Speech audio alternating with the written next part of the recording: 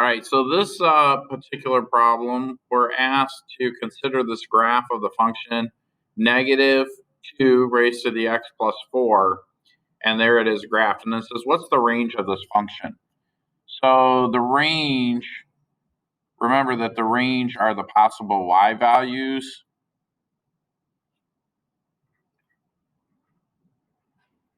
It looks like my v looks like a u. So it's the y values.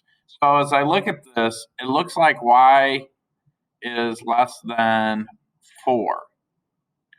So that should be my range. In other words, I'll never have y equals 5. So this is the highest that this goes, and y will never be greater than 4. So, and it goes to negative infinity as well. So D is the correct answer on that one.